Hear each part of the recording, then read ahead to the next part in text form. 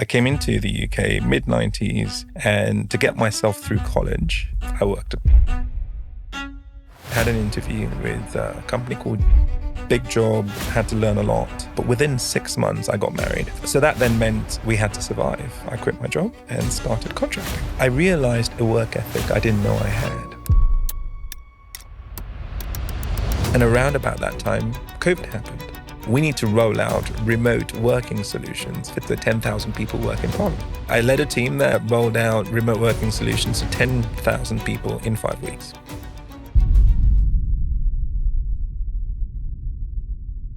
Michael Ekpe, welcome to Never Mind the Job Spec, the podcast. I'm so excited to have you here, man. As we were talking pre-going live, we recorded this originally probably about 2 years ago. And I think at the time, maybe the recording quality wasn't quite ready for release. And I always had it in my mind that I wanted to bring you back on the podcast. And if I could get you here in person, it was always going to be a real win for me. So welcome. How are you doing? Absolute pleasure. It's great to see you. It's been too long. We were just saying it's been 12 years. 12 years. Yeah, man. Yeah. And we'll come to that as well. That, as you said, that seminal moment in your career. Indeed. But like we do on every beginning of Never Mind the Job Spec, the podcast, we start at your degree. So when you kind of left education and you did a degree in obviously business information systems and computer skills. So very specific. What did the world look like for Michael Ekpe at that moment in time? What were you expecting of the world of work for yourself? Not sure what I was expecting, actually, but in terms of what inspired me to go into computing, I arrived in the UK at 16, mid-90s, absolutely blown away by the idea of the internet. I could keep in touch with, secondary school colleagues and friends and so on. So that really inspired me. A bit like, AI is doing today for most people. And I thought, there's a future here. This is where the world is going. And my brother at the time actually worked in IT. So all roads seemed to lead towards the world of tech. And I went and studied that. Yeah, for 2.5 years, 3 years, Middlesex University, finished and got started. It wasn't an easy break, but I'm sure you'll come to that. Oh, 100%. So at that time, did you envisage a future where you would be a tech entrepreneur, co-founder of Leap, and launching your own business? Well, listening to you say that, and even, I never would have dreamt that. So I'm an introvert by personality type, and I think I feel far more comfortable. Until recently, actually, I felt far more comfortable being behind the scenes, as opposed to being the guy out front. So the idea of owning something, running something, leading something, being the public face of it, it's taken a long time for that to sort of settle in my mind and for me to feel comfortable doing that. So yes, beyond my wildest dreams, and I couldn't be more excited. Wicked. And tell us a little bit about Leap. What is Leap? So Leap simply means learning through engagement, application, and peers. And there's a whole series of things I can go and talk about. But perhaps maybe it's worth talking about why Leap, and then I'll come on to the what, if that's okay. Yeah, definitely. So the why behind Leap is that I have seen, in certainly some of our early work together, is around big change. So I've done big change for at least the last 15 years of my 20-year career so far. And that's everything from utilities to auto industry, banks, financial services. And there's a recurring theme, and it's often the case when you see the same thing repeat over and over again, there's a lesson to be learned. And what we found, myself and my co-founder, Andrew, we found is that there is this sort of bell curve where huge investments go in as organizations want to make change happen. And they get lots of experts, particularly external experts, to come in who do a great job. But by the time they leave, the capability is not there to realize the ambition or to sustain it thereafter. and then they come back down, reverting to the baseline. So that's what we call round trip to zero. And I've seen that happen too many times. And generally when that happens, somebody else comes in and says, we need another big transformation thing. And this time we'll start with culture and people and skills. And then they finish that. Oh, by the way, we now need to go back and do the other project.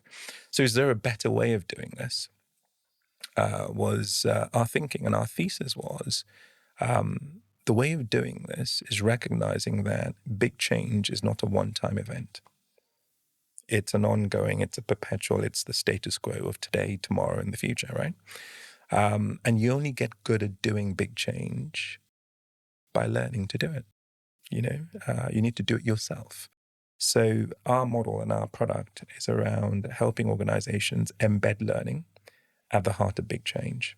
So both in terms of ambition, governance, incentives, metrics, and so on. And we have a core philosophy around experiential, hands-on learning. And that's backed by lots of research, my own personal experience, as well as Andrew's, and so on. But in a nutshell, it's a turnkey learning solution for transformation. Amazing. What that says to me is leaving the client group in a place of sustainability with value. Quite. So they're not having to buy in capability all the time to deliver big change.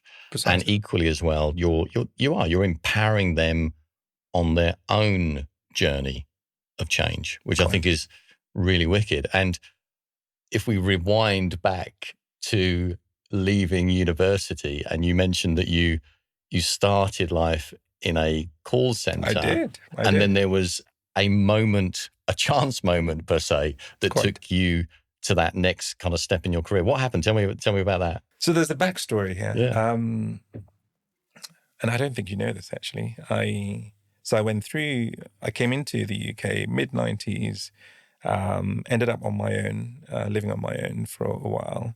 And to get myself through college and get myself through university, I worked at Burger King. How old were you then? I was 16, wow. 17. That's young.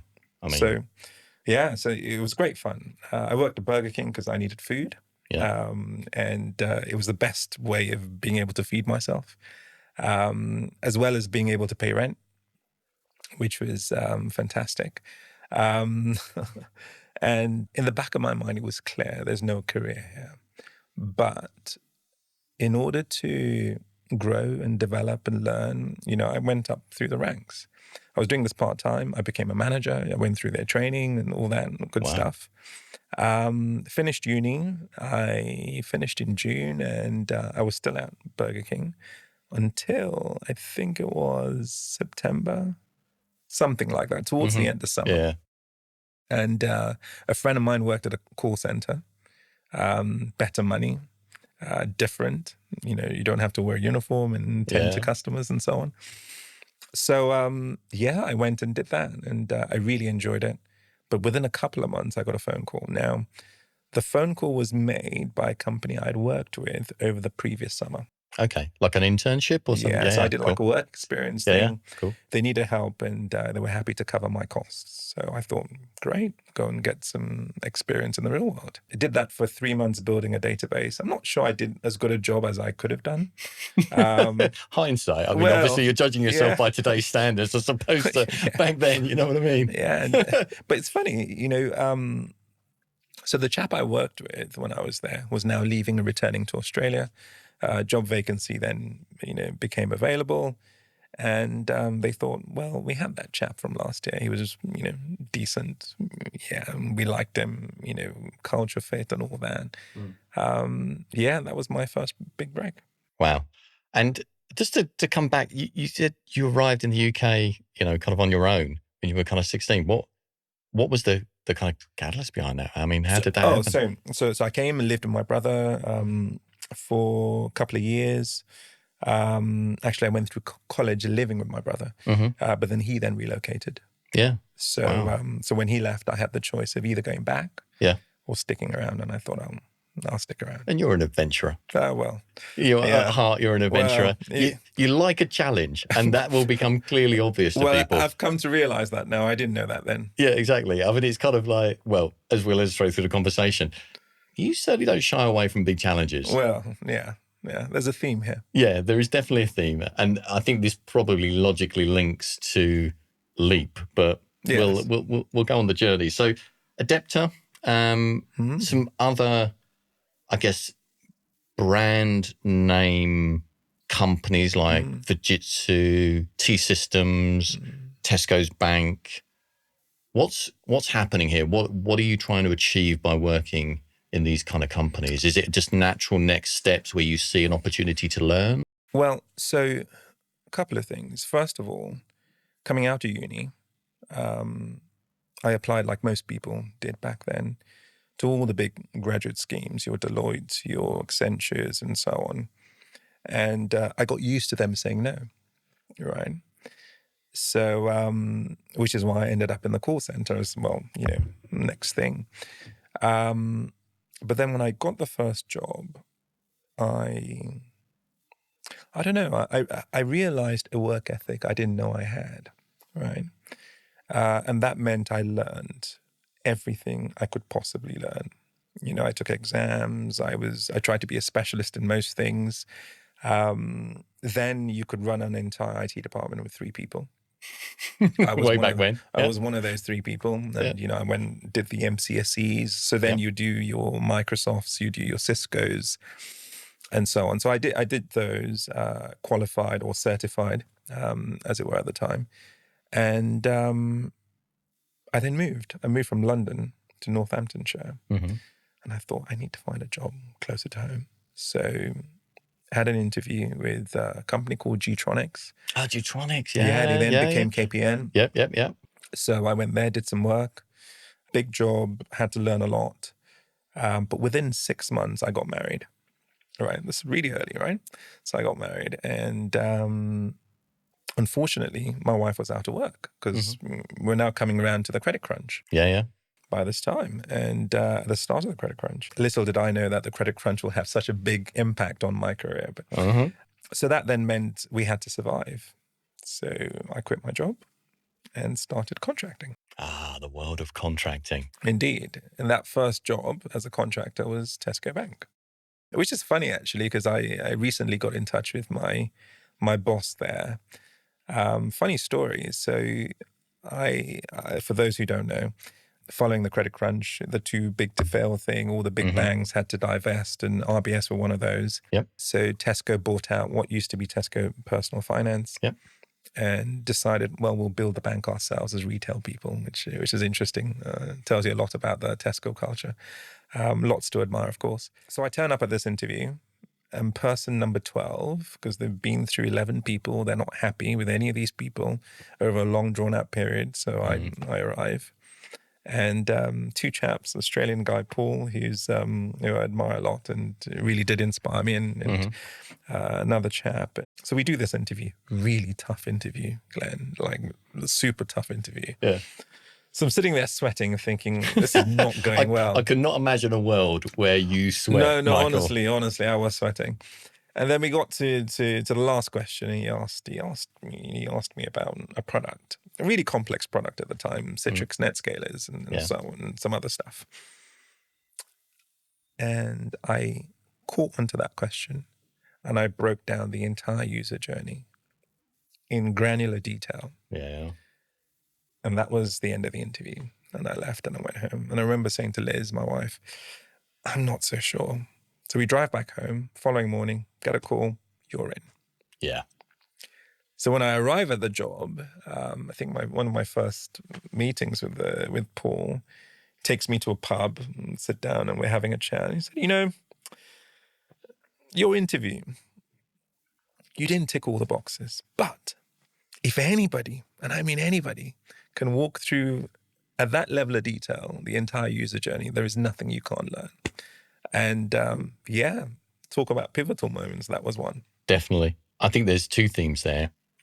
That ability to learn, but deploy that learning, which is really powerful. I mean, yes, you can kind of recount it in an interview, but you've had to really intimately understand that to be able to really go into that level of detail. And to that point, we both know from our experience at Tesco Bank and their in WellPay, that kind of capability was the thing that they were ultimately looking for in certainly the contract community. It was like, we don't want just theorists. We want people that can learn quickly, deploy that learning, and actually be comfortable with ambiguity, because we'll have a whole bunch of that by virtue of the divestment. And that therein leads us nicely to the moment we met, when I was working on behalf of WorldPay, and we were basically tasked with, go find the people that worked at Tesco Bank. And I found your profile, your CV. I was agency side at the time. I found you. You went through the interview process. You joined WellPay, and that was kind of like the kickstart of us knowing one another. Yeah, it was. It was. And I think two things to say. First of all, I liked a challenge at that time. Oh, yeah. Right. So if something was tough and no one was prepared to do it, I would do it. So that's how I ended up with the whole NetScaler Citrix thing. Yeah. Second thing is that interview. So this is Mansell Street. Yeah, it was Mansell Street. Yeah, 100%. That was where they were housed. Yeah. So I go off to, did I come to see you first to hand in my paperwork? Because this was still those days where you have to evidence everything, right? It would have been before or afterwards, because I know that we met on the day. We did. And comes back to my point where I can never imagine a world where Michael Ekpe sweats. You were just so calm. Well, and I remember briefing you on the interview, and you were like, yeah, that's fine. Yeah. It was a bit like that, to be honest. So I get to the interview. I had no idea that there were people there who knew me. Right? Yeah, there would have been. So, of course, there were people who said, we need people who've done this stuff before. Yeah. Great. But interestingly, before the WorldPay interview, I'd interviewed for Citrix themselves. Okay. Makes sense. So I went to Chalfont and interviewed. They had this role, systems engineering, they called it, which is effectively sales engineering. Yeah. And great interview, didn't get the job. I thought it sucked, actually, that I didn't get the job. And then I get to Mansell Street. Unbeknown to me, the chap who interviewed me at Citrix was there. So he was sat there, and I walked past him to go into the room with Neil Pike and all these people, right? Yeah. So we have this interview, and I leave, and I think I heard the next day then I got the job. When I then started, colleagues at WellPay then said, listen, you may not have realized, but the day you arrived and walked in, the guy that was there from Citrix said, that's your guy.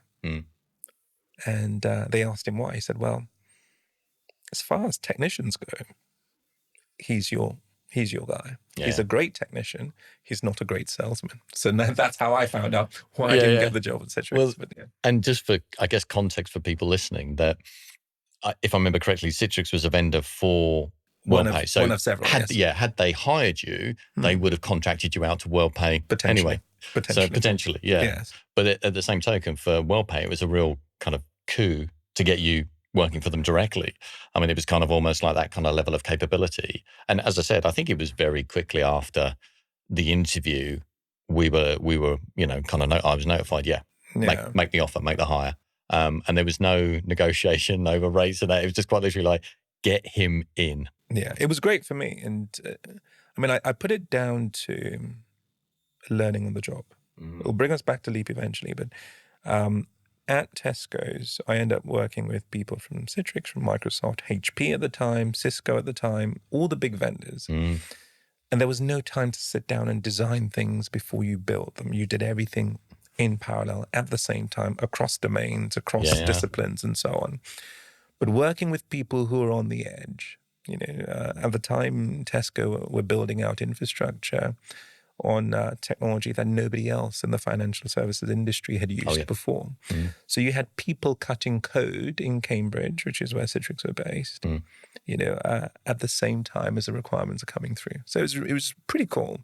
And you learn things from rubbing shoulders of people who lead in their fields in the industry. And definitely, I learned so much about not just the hands-on stuff, but how to behave, how to operate, how to think laterally and so on. And I think that was the making of, some of those skills that then became sought after by Fujitsu and then ultimately WellPay. Yeah. Decisions at pace, right? I mean, it was, to your point, I think the kind of startup or traditional startup analogy is building the plane while in flight, Yeah, and yeah. that was ultimately what WorldPay were doing. They Very much so. were going at pace because they had a deadline they had to meet for the divestment, Correct.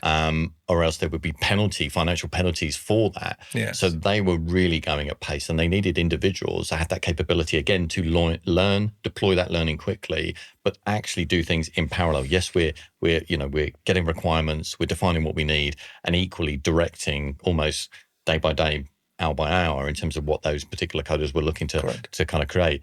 Must have been a really fun environment. It was fantastic. You either thrive or don't in that environment, I Very think. much so. So my first week at Tesco's, for instance, we finished building out all pre-production in 1 week. And that takes some going in 16 hours because I lived in Northamptonshire working well in Garden City. You come all the way down to King's Cross, go across and go back up. Yeah, tough. Yeah. And I Good think fun. there was certainly at that period of time, if you were in contracting, it was an always on kind of approach, right? I mean, it's not like you could rock up at 9, finish at 5, right? No. The expectation on you was really high. Yes. So you needed to keep your energy levels up, keep at pace and delivering, and continue to, work towards those deadlines. Quite. I mean, again, exciting, fun. How do you kind of sustain that level of, can you reflect back on that time and think, how did I even sustain that kind of level? Yeah, it's difficult to imagine, especially if you've got responsibilities, which I then had, which is one of the reasons why I left Tesco's. Yeah. So my daughter was born. She's now 13. Yeah. So no, she was born after I left Tesco's. Cool. My wife was pregnant, and the travel, the long days just wouldn't cut it. Yeah, of course. So I had to step back, and I took a job at Fujitsu, working on Crossrail, and I was doing that for about 18 months when you rang me. Yeah, exactly. Yeah. And then you were ready. Yeah. Ready to go back into something it was like addictive. WorldPay. Yeah, it was addictive, yeah. But it's interesting that we kind of, I mean, as I said, we're talking some really massive projects here. I mean, Crossrail's a massive project as well. I mean, it's not as if you're working on small scale kind of technology transformation projects here. These are big projects where if you're in a lead position, there is a lot of eyes on you, a lot of focus on you, a lot of responsibility and expectation. And you've done that consistently over a period of time in what is essentially the very early part of your career. And then we get essentially to 2016, and there is a pivot essentially, if I remember. No, actually before that. So we look at 2013 WorldPay, and then you arrive as a chief architect for business innovation and skills within central government. Hello. Well, that's a big change. Completely unplanned. So I did WellPay 14, 15 months, and I was burnt out. Yeah, I'm not surprised. Super burnt out. And I thought, I need a rest. I need something different. I had a couple of interviews. So one with Deutsche Bank, which was going really well. But I just struggled with the idea that taking up a relatively senior position at a bank on the back of, back-to-back high-profile things. So I was unsure. And then I had the offer from the government. And I thought, it's a year's contract. At the time, it was unheard of. I'd been used to the 3-month rolling thing. Yeah. So I thought I'd go maybe, take a step back and relax and ease myself in. I had absolutely no idea. How little did you know? Indeed. But I think it's worth coming back to that piece around kind of the high level of intensity on projects like WorldPay, Tesco Bank, Crossrail and stuff like that. And certainly knowing that the kind of WorldPay journey, they did run at such pace. There was certainly more people kind of got to the end of that sort of 12-month period and needed time out. Quite simply because the intensity levels were just so high, and that is not sustainable. It's not on a human level. It's just not sustainable at all. And I think they recognize that. And I think, if I remember correctly, I think actually the kind of project extended slightly beyond the actual dates that I think were quite ambitious, to be fair, in the first place, right? Quite. It doesn't surprise me that you kind of reach that point where self-awareness, and again, I would imagine certainly with WorldPay, you're not seeing much of your family at that point, right? No, not a lot. And yeah. And that's young family important as well, yeah. to you, I know, clearly. So you're looking at this year-long contract. You're thinking, Yes. and It's as we all amazing. did in the private sector, let's be fair, no offense to anybody in the public sector, but there was maybe a narrative and a perception that public sector was a little bit more slower paced. It was a little bit more, there was a nice cadence to it, which Yeah. perhaps, was great for private sector people to kind of go into. Yeah. But we both know from experience that's not the case. It's an incredibly complex environment. Yeah. So you're there, you accept the chief architect role, business innovation and skills department. What's that first impression and orientation of kind of public sector? So I agree with you. Or central government even, sorry. It's an unfair perception. It is an unfair perception, I think. I arrived, I think my first week, something here about my first week. So I arrived first week, they had this big thing, I think it was in the papers, where they had some really, really senior civil servant on the payroll as a contractor. It didn't go down well. It was on the Daily Mail, and you know what the Daily Mail means. Oh, in those circles. And a decision was made to cull all the contractors. So I went into work alongside one contractor who'd been there 7 years to replace another contractor who'd been there 7 years as well. Yeah. So I come in with my specialist Citrix Microsoft background. This chap was leaving to go and work for one of the big vendors, so I was coming in to replace him. But I would work under the lead architect for the department. And by the end of the first week, not only was the other guy out because he'd left already, this guy I came into work with was leaving. So Okay. not only was he leaving, all the other contractors around him were leaving. Right. Okay. So I became de facto chief architect. Right. So that's how that happened. Really daunting, different culture, different motivations. People are not there just for money, Yeah. People are there about impact. They're thinking about outcomes. They're thinking about people's lives, thinking about the country and so on. So very different. And also the baseline was different. So you go to Tesco Bank, cutting edge tech, it's being written as you're deploying and so on, to having to unpick legacy. It's quite different. Yeah. But the one thing I would say is the scale of things you get to do in public sector, you can't contemplate anywhere else. Right? And the potential impact of what you do on real people, on real lives, and not to diminish, private industry in any way. Not at all. Full respect. I think that's the thing that gets you when you come into the sector. And if I might add, that's what keeps you. Yeah, for sure. Yeah. I mean, my kind of two kind of projects within public sector, I think the one thing that really struck me was the sense of mission. Yeah. That, to your point, it wasn't monetary. Everybody within those kind of central government departments are there because in the main, they realize they're having an impact on the citizens of the country, and they want to have a positive impact on the lives of people that, kind of are in the UK. And then I think the thing that really I liked a lot was the culture of inclusion. Yeah. Even to the point where meetings wouldn't start until everybody was there. Yeah. And I think little things like that magnify a lot when you talk about and think about culture. Quite. And did you experience similar things? I did. And at different levels, of course. Well, you were certainly at a different seniority level no, than me, that's no, for no, sure. No, I wasn't intimating that either. But the thing is, as with all things, they're good to a certain point. At some points, they become constraints, right? And we see that through a variety of lenses, and we don't need to go into the detail. Yeah. But yeah, you're absolutely right. There is something about ensuring people contribute, people are heard, people are able to add value. And I think that's healthy and it's essential for any culture. It's just getting that balance right. The calibration, I mean, certainly if I think about kind of people and talent, whilst it was great to have those meetings and everybody was there. Sometimes you'd have such a tight agenda and so many people in the meeting that if you were 5 minutes, 6 minutes, 7 minutes late to start, suddenly one agenda point is getting knocked off or it's getting diluted slightly. So Quite. that it's trying to find that kind of balance around. And then collective decision making, really love that. But collective decision making at pace, not over days and weeks. Yeah.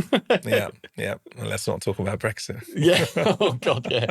I mean, I was in the. I think it was in the department for what was culture, media, and sport at the time, and obviously the kind of Brexit department was just around the corner. They just had a little plaque on the wall, and I don't think any of us really realised at the time. Yeah. Perhaps the impact of that. Indeed. There's kind of but so business innovation and skills. Then you moved to HM Treasury.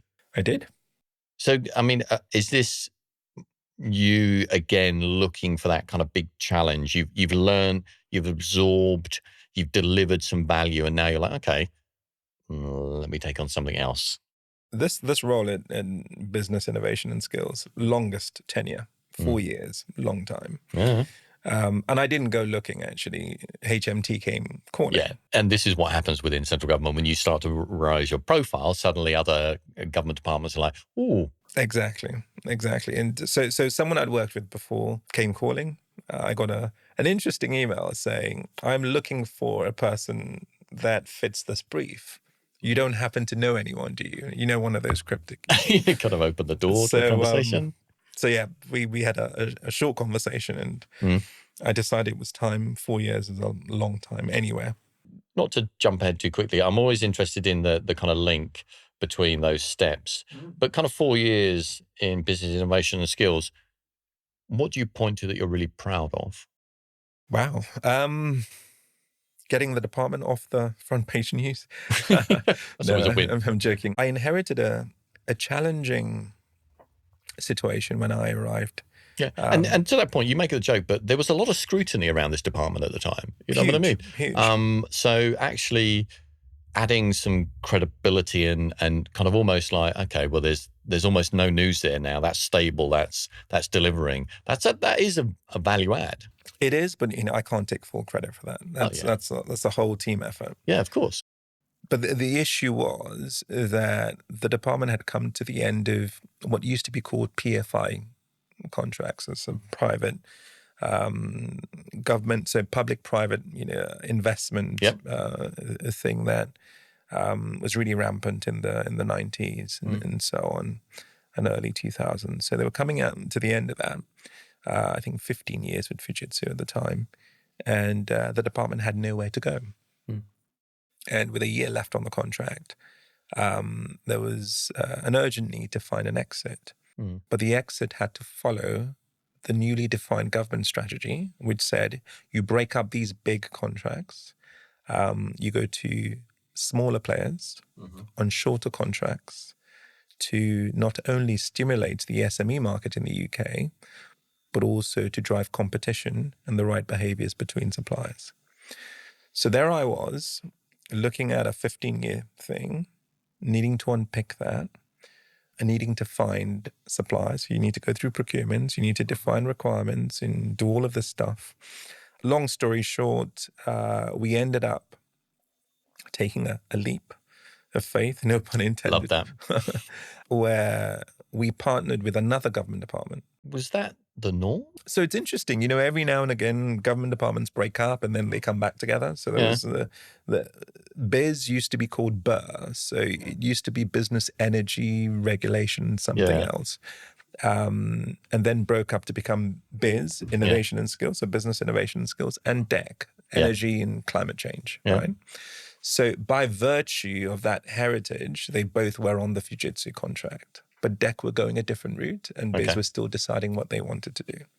Problem was, and I know, I don't want to go on too much, but problem was DEC were on a completely different set of technologies. So they were on Windows 7, I think, at the time, and used different things to BIS. And the terms of the contract were, if you join us, you've got to level up to where we were. Yeah. And with 10 months left, that's not a lot of time. That's a short window. Quite. So some really tough decisions around moving the desktop OS, around changing applications, around all sorts of things, hardware, cloud infrastructure. So that was the first time we start moving to cloud. Loads of things we had to do. And I led on the technical front. Yeah, happy to say we successfully rolled that out in 10 months. And the interesting thing was there were some issues which ended up in a certain office, number 10, between two permanent secretaries arguing over, who caused what and which department was at fault. So to your question, yeah, I think that's probably one of the things I look back on as an achievement, in that we were able to go through that crisis and avert the Third World War. Yeah. Well, this is the thing. I mean, so if we now think about HM Treasury looking around other government departments for high-performing individuals, high-performing leaders, they're looking over at you like, okay, so this guy turns up first couple of weeks, pretty much all of the IP, the knowledge, and the leadership team have just left. He's got this pending kind of situation where there's kind of like a kind of legislated change and approach coming in, and he's got to do this transformation now. And I think that the great thing about you is you always credit team. So when we talk about what you're delivering, we should always caveat that you fully acknowledge the efforts of the team and the people that you built. But Right. equally, you got to take the kudos for the fact that in that situation, they're looking to leaders. This group are looking to a leader to stabilize, steady the ship, move forward, and create a vision of what can be achieved. And that, my friend, is certainly that comes from an individual and their approach. That's kind of almost you've got to be aware of how people are feeling at that moment in time. You can't just be like, there's the flag, head towards that type thing. It's kind of, you've got to sort of pulse check how everybody's thinking and feeling, where the capability is, how you're going to drive motivation, purpose, and get everybody on board whilst you've got this ticking clock. Well, so I see that. And first of all, thank you. But I'm not naive to think, I don't want to claim a disproportionate amount of credit. And here's why.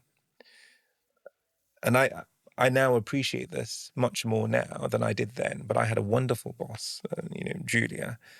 And she did something exceptional throughout those 10 months, in that she created conditions for us to be successful. She took a lot of the flack. She created time and space. Great.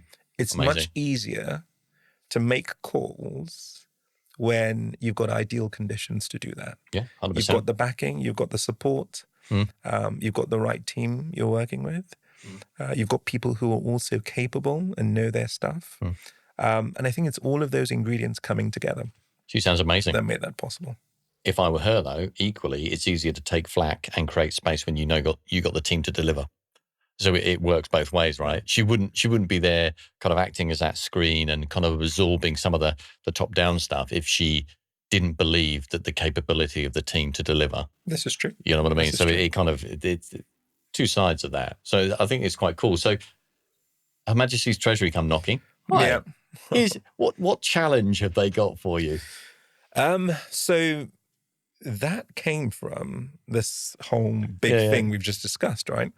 So I had a colleague who'd moved from the Department for Business to the Treasury to lead on finance stuff. And they had another ticking time bomb, this time with another really big systems integrators, but really tough situation. And there's this legacy mission critical system that was run by said systems integrator. Yeah. We needed to re-platform it, to take it away from them and their data centers and their proprietary processes and everything that went with that, and move that to the cloud, right? And this is pretty daunting. Yeah. So this was October 2016, and this needed to be done by autumn 2017, because there's an autumn statement, and the system is responsible for all public spending, right? So all the budgets, how much we spend and where it goes, and reporting to the IMF and Parliament and all of this stuff. So that was the challenge. And yeah, we were successful. Yeah. And I think if we rewind back to that time as well, if I remember correctly, there was quite a lot of scrutiny of government's decision to start hosting in the cloud, because there was question marks about security Quite. and the resilience and where said clouds were. Yeah, indeed. So there was that kind of added pressure. And like you say, I mean, when you're working in any significant government department, you have public scrutiny. You do. You are spending taxpayers' money. True. So it's not like you say, kind of private sector where you're answering to a board instead of investors. This is the likes of me, wondering why is HM and Her Majesty's Treasury spending so much money on this replatforming? What's it going to do for me? And it's not something that's lost on, civil servants or consultants working in government. For sure. It's constantly there in the back of your mind. And it's not always easy to use that positively, because for the most part, that may mean you don't want to take a risk. Yeah, it can create risk aversion and a bit of analysis paralysis. Precisely. So, it's about trying to turn that around and using that to be fleet of foot, to dare to do things. Yeah.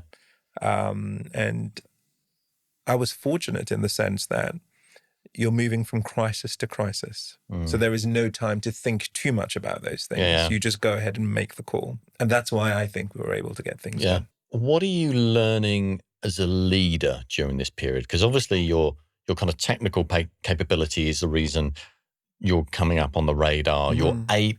That technical capability is giving you confidence you can deliver. But what are you learning as a leader during that period of time? How are you evolving or developing as a leader? Several things here. So the previous role as chief architect, and we didn't have a deputy CTO and business innovation and skills. I worked with 3 different CTOs. I worked very closely with them, and not all of them were technical. In fact, some weren't technical. So I was contributing to a significant proportion of their outputs. Yeah, of course. Now, in these sorts of roles, you end up with the perception that, well, I can do that. I think I can do that role, right? So I go to the Treasury and work with lots of policy people, who are responsible for public spending and budgets and so on. So you're talking to really senior people about technical stuff. And you get comfortable doing that. But I don't think, and we'll come on to this in the next role, that despite my own ambition and my own assessment of my readiness to make the jump, I think the reality of making the jump was quite different. Yeah. I think so. And just for clarity as well, it was not uncommon within kind of central government to have a CTO who wasn't technical. Typically, these people would be strategic individuals that have a real understanding of government landscape. Absolutely. They'd have a job title of CTO, but ultimately it's kind of a co-pilot scenario where they would have somebody incredibly technical like yourself kind of really co-piloting the technical part of their job title, as it were. Yeah, it was quite different, and very different to the private sector, whereas CTO would typically be, a through and through kind of techie, right? Precisely. Yeah, interesting. So we talk about that leap, and obviously, You're setting it now. Yeah, I'm setting it up. I'm 100% setting it up because this is big, right? I mean, you've done these 2 major kind of critical transformation projects in two significant government departments. One that was getting a lot of scrutiny. One that everybody knows. Everybody knows Her Majesty's Treasury, right? So it's kind of it's part of everyday life. That's one that if you get asked a question on the street, what government departments do you know? It's kind of almost like number 10, the Treasury, and maybe HMRC. Yeah, well, everybody knows HMRC. So you've delivered these, and we're coming into sort of 2018 now, January 2018. And ping, if there's a LinkedIn kind of new job update, Chief Digital and Technology Officer for Public Health England. I mean, okay, so you've moved into the C-suite. And if we're talking about government departments that get a lot of scrutiny, Public Health England is probably on that kind of top tier level, right? Yeah, Everybody is yeah. aware of it. How did that even come about? How did that conversation start? Because these conversations start. It's not as if somebody suddenly goes, "Oh, we're just looking for a chief digital and technology officer. Let's advertise it in central government," right? There is a Yeah, long thread of conversations that start before even any interview process starts, right? yeah. I mean, it's kind of a real kind of longer journey. So where did it start? How did it start? I had a couple of colleagues who were close to, one worked at Public Health England, and a few others were close to the organisation. And they were going through this review, because every once in a while public sector organisations do a review to see where they are, Healthy? which I think is really cool. And I was given the chance to contribute as an independent. So, Oh, okay. so I did. So like an SME, like subject matter expert, just kind of contributing to that review, yeah? Yeah. So, going in and talking to people, making recommendations, that kind of thing. Consultant, basically. They're just kind of Kind of. consulting on, yeah, okay. Yes. And, I was coming in with the technical background, Yeah, of course, yeah. providing that perspective. And I have fond memories of that time, worked with some really great people who I admire, and, I hold in really high esteem. And so we did this review finished. One of the recommendations was, you need to hire someone to run this thing, right?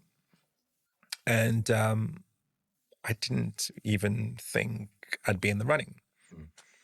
But then, someone just said to me, why don't you apply? You've been through the process, you've contributed to the findings, you've contributed to the recommendations. So I applied. Nothing to lose. Yeah. And I got shortlisted. I thought, okay, fine. Step one. And I had a brilliant guy who mentored me actually through that process. And went for the interview. It was an interesting one. It was the first time being interviewed for that type of role. Now, anybody who knows about making the jump, generally making the jump internally can be quite difficult. Yeah. But at least you know the organization, you know the people, you know exactly. the culture, right? Moving laterally from a different organization to a new organization, you don't know the culture. Yeah, exactly. You may be familiar with dealing with the board and dealing with senior people and so on, but you don't know the unique cultural and operational dynamics that are at play. But then for me, making the jump up into a new organization, coming from being a consultant, I think I underestimated how much of a jump that was. Really? Okay. I did. For two reasons. One, everything I'd done up until that point got me there. Yes. But that wasn't what I needed to stay there. Okay, that's interesting. And at what point did that start to become a realization? Through the interview process? So the interview went really well. Yeah. I was blown away when I got made the offer, which I gladly accepted. Got into the role, really enjoyed it. But then I realized, when you're the tech lead or the tech architect or the chief architect, you're the guy that comes into the room with all the answers. Everybody looks to you. Yeah. Right? But then when you're leading, and this is why I say I appreciate Julia, and I've appreciated her even more over the years than I did at the time. Yeah.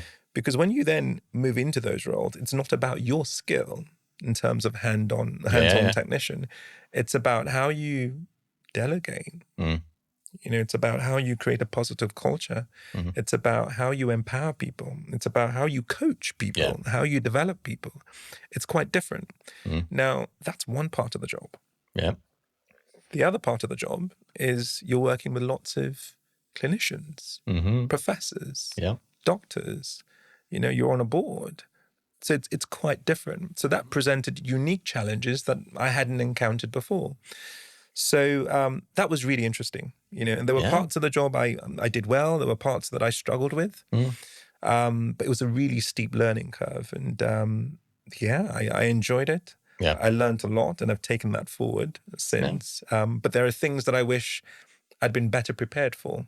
But it's one of those things, you can't prepare for something until you actually do it. Yeah. And I think there's probably a couple of things in that, in so much as another thing that so you mentioned the clinicians, the kind of professors, the academics, etc., plus the team.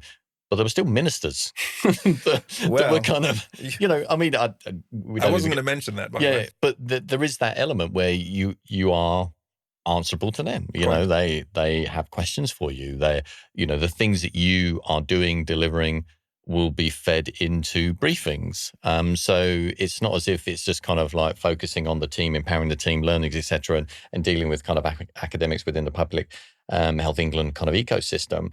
There is the ministerial aspect where you now are very much on the radar and very much the go-to person in these kind of scenarios. And that must be, I mean, whilst you had experience of that with the other two departments, it must be very different when you're at that level. So I think I've learned something here, that you've got you've got a dangerous memory, almost as bad as mine. I had no idea you remembered that. Yeah. I don't remember telling you that either. Well, this is the thing. I think that the key thing for me was that in any government department, what I recognize is if you're in that C-suite, and regardless of who the minister was, ministers, junior ministers, the C-suite would always be visible to them. And it's logic that certain things would be going into those briefings. So, like I say, we don't need to touch upon who was kind of Minister for Public Health England at the time, but I think that was another dynamic and offered another challenge, because there's no Julia. There wasn't a kind of Julia, kind of there to kind of absorb that. It was you.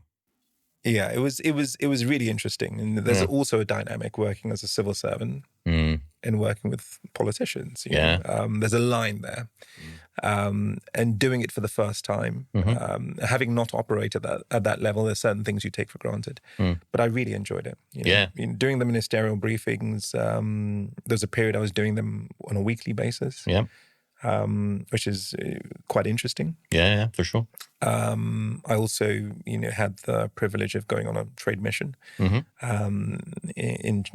Went to China in 2018, I think September, I think it was, to do a UK-China health summit. And, you have to present to the Chinese on, what the UK is doing on digital health, and, listen to what they have to say. And, it's one of those things you watch in the movies where you sit on one side of the room with your headphones on and you have the translations in your ear. And surreal experience. But again, another thing to add to the list of things one is learning. And I've come to rely on some of those experiences actually since. So, and I think the reason I remember is because we caught up actually during that period of time. Did we? Oh. Yeah, we did. Yeah. And I think we caught up for a coffee or something along those lines. And you were like, I'm in some really interesting stuff at the moment. It was. I was just kind of like, I could just tell like you were really enjoying it. It's just kind of like that kind of realization of all those kind of challenges. And we come back to that point. You love a challenge, Michael. Well, so if you think about it, the mission for Public Health England was to protect and improve the lives of citizens and to reduce health inequalities. Right? There is no better mission out there. Well, at the time, I didn't think there was any better mission out there in the public sector. So to be at the forefront of propositions on how to keep people out of the health system, healthy and in their homes, living well for longer. Incredible. You caught me at that time. Yeah, 100%. And then before we just kind of come on to LEAP, there was a small matter of the parliamentary digital service. I mean, some might check out at like Public Health England and maybe like, I've really hit the kind of high level there. Parliamentary digital service. What was the challenge there? What did they need you to do? Well, so I went in as CTO, turnaround corporate tech, so back office stuff for both the Lords and the Commons. And this was now, I think we're in June 2019, something like this. So I spent a bit of time just doing, usually in those roles, I go in and I spend time just listening. Mm-hmm. I always find that the answers are in the organization already. Yeah, and for whatever reasons, people have not been able to express themselves or they've not been backed. So I spend time doing that. At the time, there was also a review happening in Parliament around digital and the need for Parliament to be part of the public conversation post-Brexit. Mm-hmm. By the time I finished my review and came up with my findings, this other review also finished. And the recommendation from the bigger review was you need a transformative program across the Lords, the Commons, and this parliamentary digital service, which in parliamentary terms is called a bicameral service, which is it supports both the Lords and the Commons. It's owned by both, Mm-hmm. even though those two are separate organizations, the Lords and the Commons. So, I was nominated to lead the bigger thing. So I came in to do one thing, but I ended up leading the bigger thing. And I took that on, which was interesting. But we managed to establish a consensus around what both houses thought value looked like from a digital standpoint, which is not always easy to do. And around about that time, COVID happened. So I was given a slightly different challenge, which was we need to roll out remote working solutions for 10,000 people. And people don't often realize that 10,000 people work in Parliament. It's not just the, 1,500 people in the House of Lords or the 4,500 in the Commons. You've got all the other organizations that support it. I led a team that rolled out remote working solutions to 10,000 people in 5 weeks. I was going to say, there was probably quite tight timeline on that, right? Well, pretty tight. And, my ex-colleagues often remark that outside of that crisis, it probably would have taken decades of briefings and hearings and so on to get something like that done. Yeah. So to do that in 5 weeks was well, there was definitely the appetite and momentum. Quite. But then you've got to have the capability to do it, right? Mm. Momentum and appetite are just, kind of two ingredients. If there's no capability, it doesn't happen. Absolutely. And you've got to have the belief, have the team, have the right conditions, the right behaviors from people, the right support to be able to do things like that. Again, change is one of those things. It's multifaceted. There isn't one particular thing that moves the entire needle. And just perfect circumstances allowed us to do that. And then if we fast forward to now, and you'll listen back to this, and if I were sitting in front of you now as a co-founder of Leap, yes, I would be fully aware of the value you can add given your experience, yourself and Andrew. I mean, what a journey, right? When we think about, kind of learning, deploying learning, delivering, building capability, sustainability, mission, purpose, understanding the kind of the human at the end point of technology solutions. Yeah. Now, Leap has a completely different context than the beginning of this conversation. It does. And after Parliament, I ended up at a fintech with Andrew, my co-founder. Yeah. Big organization, going places, pre-IPO, really interesting learning curve. Yeah. Yeah, I'd been out of, fast moving things. It was like going back full circle to the world pay. Bit of training. Exactly. Maybe. Exactly. Just kind of getting the kind of cardio up a little bit, Indeed. And fantastic experience. Yeah. But that's where we met. And that's where I started looking back over the playbooks of things that I've done. An opportunity for a bit of a retrospective, essentially. Precisely. And I mean, during all of this period, there was also the stint on the board of governors for Middlesex University. Mm-hmm. Again, that's about higher education. How do you get people into the workforce, but getting people ready, for the workforce. And Middlesex being the leading university in the UK for practice-based learning, which is hands-on. Yeah. So all of these things, you can Threads see them all coming together. Leap was launched officially this year. Yes. What is the ambition for the first 12 months? What is the vision for Leap in these first 12 months, 12 to 18 months? So we just launched, as you said, we're publishing a white paper this week. We'll follow that up with a manifesto because we're around election period. Yeah.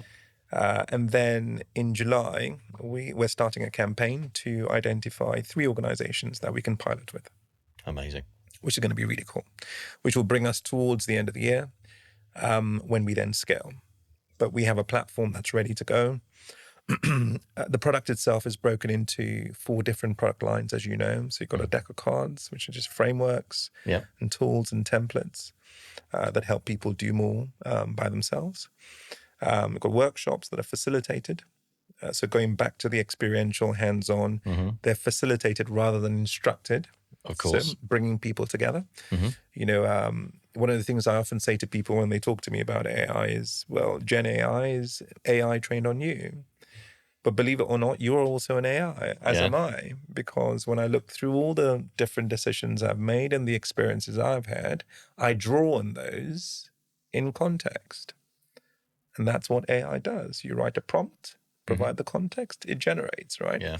So our workshops are around bringing people together and leveraging that collective wisdom and experience so that the organization knows what the organization knows.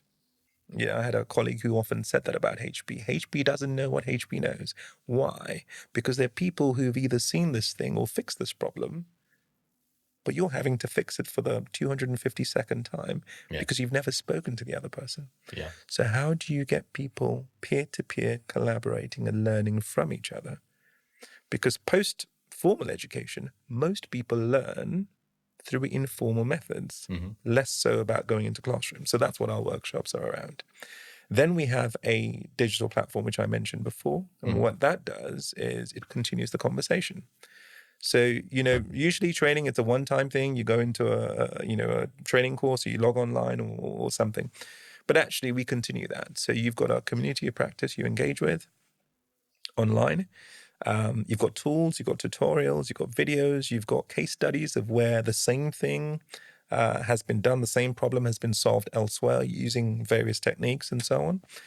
And then we complement all of that with masterclasses. So, for instance, we bring Glenn Martin, never mind the job spec, come in and talk to the HR team, spend the afternoon working at the elbow with the team solving problems. So that's what the product does. And we're excited to be rolling out. Amazing. And what a perfect way to round up this conversation. So, Michael Ekpe, leader, founder, definitely adventurer, definitely loves a challenge. Thank you so much for joining me on the podcast. Thank you. No, thanks for having me. And I hope, your listeners enjoy the conversation.